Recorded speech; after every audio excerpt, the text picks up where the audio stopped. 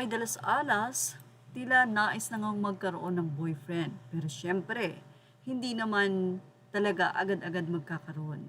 So ginawa ni Ay de las Alas ang isang app kung saan sinabi niya na trying the fake boyfriend filter. Anyway, ibinahagi nga ni Ay de las Alas ang nasabi nga pong AI boyfriend filter kung saan pinakita ni Ay ang napakagwapong AI boyfriend at talaga namang napakaganda ni Ay de las Alas sa nasabing filter na ito. Pero tila hindi naman naintindihan ng ilang mga netizen ang nasabing fake boyfriend filter ni Ay de las Alas sa caption niya. Kaya ang akala ng iba ay talagang napakaganda at nag-bloom si Miss Ay de las Alas at ang kanyang boyfriend ay totoo. Anyway, narito po ang kanilang iba't ibang komento na kung saan ay may nagbabala pa kay Ay at nag-advise na sana raw ay hindi na ito maghanap pa ng iba at mag-focus na lang sa kanyang mga anak. Narito po ang kanilang naging komento. Say ng mga naging comment sa post ni Ay de las Alas, "Hay nako idol, ayan ka na naman eh. Sana mga anak mo na lang ang tutukan mo dahil yan ang makakasama mo hanggang sa pagtanda mo. Mamaya, pag pinagsawaan ka na naman yan, bitawan ka ulit, huwag kang padalos-dalos, uli my idol, take care."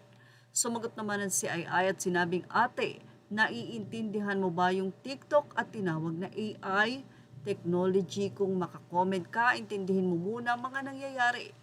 Say naman ng isa ay, "Naku Miss Ay, huwag nang magjowa, sakit lang sila sa ulo, mas masarap matulog nang walang katabi. Bagay kayong dalawa, lalo kang gumanda pagkatabi mo siya. There's always a time of everything, your time to move on and time to shine and be loved by a true man. You deserve someone honest and faithful. My idol, Ay, good luck." Sana mahalin niya na lang po ang apo niya, anak niya, lalo't sarili niya, matanda na siya. Sana i-enjoy na lang niya ng natitirang buhay niya sa mundo with family. Sorry Ma'am Ay, pero sana matauhan ka na sa mga lalaki. Say naman ng isang netizen, "Ang pogi naman yan, Miss Ay, ingat ka na ulit.